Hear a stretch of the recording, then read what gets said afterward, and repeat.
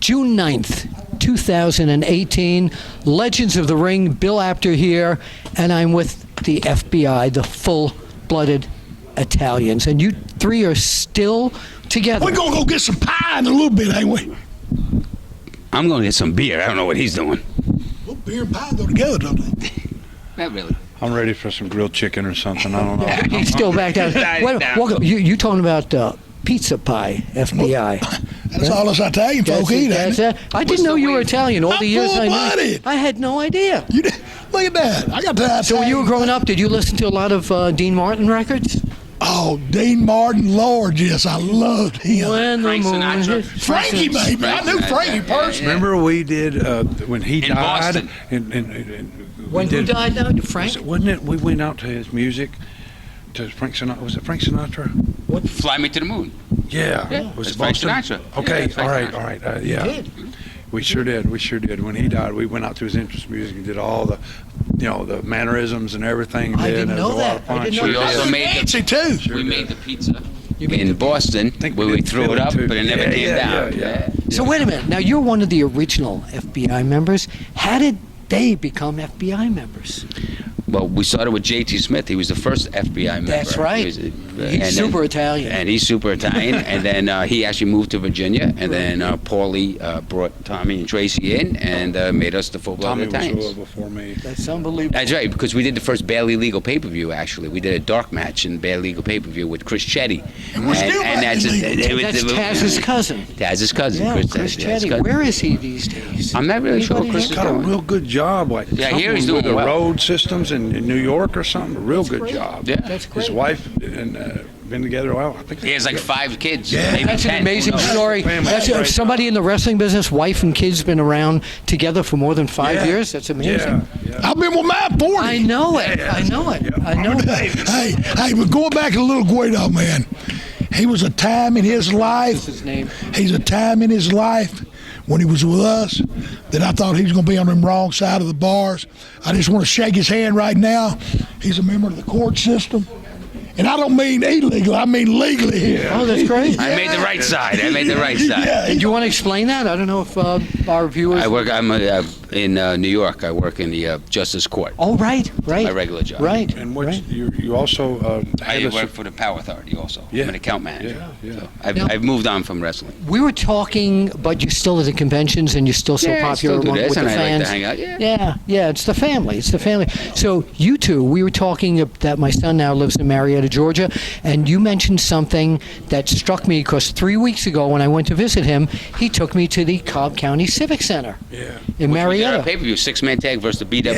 Yeah. BWO. But your best WrestlePalooza. WrestlePalooza. Yeah. Oh yeah. your best memories about wrestling in the days with you and your partners down in the southern areas. Yeah. Steve Armstrong. Yeah. Wild Out Southern Boys. Of course, that come from Tommy, Freebird, stuff like Yes. that. And, Yes. absolutely. Yeah, the whole Armstrong family. God bless them, love them. God bless Brad Armstrong. Yes, yeah, I miss him very. So you- many, Yeah. friends. Yeah, and Brad was such an incredible wrestler. See, I don't say worker. He was an incredible wrestler. Yes, he was. He really was. He really guy, was. too. Yes. Yeah. Yes. All of them sorely missed. But Now, yeah. when did you wrestle your last match? Well, I don't know if you want to call it that, He's but I'm still working. He's still on my the job. I'm going to sound like he's deceased over here. No. I I- done it full time, 10, 12 years Yeah, or so. full time I is do what around I my- should have Yeah, said. No, he's still with us. He's still there. Yeah, but I started in '83. When I first started, I hadn't been working long. It's when you and Eddie with the Fabulous Ones in Tennessee. You come from Atlanta, and Eddie come from the old WWF. Yes. Yeah. That's another good one. And the story I wanted to share, David Schultz. When back in, no social media, none of that. You know what I mean? There was no internet, no cell Magazines phone, were the only no, social all media. that. But anyway, you look up in the dressing room, and he just slapped the guy on 60 Minutes and everything. And back in, John Stossel. and everybody's like, "Oh my God, David Schultz is in the dressing room! What the hell? You couldn't believe it, right?" And next thing I knew, I'm in the ring working with him. Now, he told me, I had him on my podcast this past week, and he said that guys in the dressing room were like scared of him. Oh man, he was amazing. But he was just he didn't talk much to nobody, but I can remember he worked one of the Batten twins, and I told Tommy this earlier, but he suplexed him on the floor in 1984. Nobody did that, right? Well, the next week I'm working Randy Savage, and he actually made me look good, which was hard to do, but he suplexed me on the floor too, and I remember going up to him and going, "Hey Randy, thank you very much, man. That's an honor, and this other, and do, and all that." And he was helping Lawler kind of with the button. He goes, "Brother, never ever thank somebody that suplexes you on the floor." And David happened to walk, and he don't remember. He walked by and he goes, "I did it last week." I ended up who'd I work that night in Nashville, and I felt like I was paralyzed from that. Was David.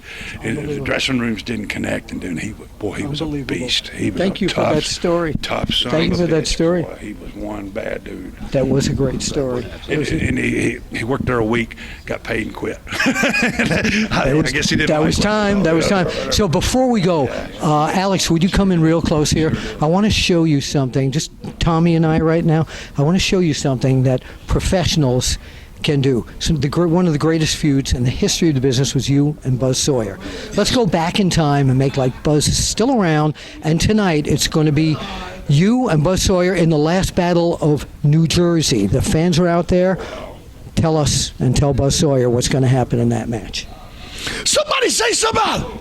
Buzz Sawyer, the Mad Dog, New Jersey, the last battle. It's coming to an end, brother, tonight. And what are you going to do to Buzz Sawyer? I'm not going to let him do nothing to me, that's for sure. And I'm going to do what I can to him. All right, Tommy Rich. Hey, but before you end up, yes, I just want to say thank you to all the wrestling fans out there, because without y'all, there'd be no us. And without this man right here, Bill Apter, the wrestler, there would be no us, because he made everything live with the magazine. He made it up close, tight, and personal. So to Bill Apter, all the wrestling fans, God bless you, and we love you all. It's like Terrence said, he was the social media. Well, thank you. I appreciate that. That's true, though. Hey, somebody call somebody. We'll see you at the matches. Don't miss it. Be there. Hi, I'm Wise Guy Jimmy Cicero, RWA Heavyweight Champion. Bill Apter, good friend of mine, until recently, asked me this question. He said, "Wise Guy, is wrestling fixed? Is wrestling fixed? Is it fixed?" Bill Apter, I didn't know it was broken.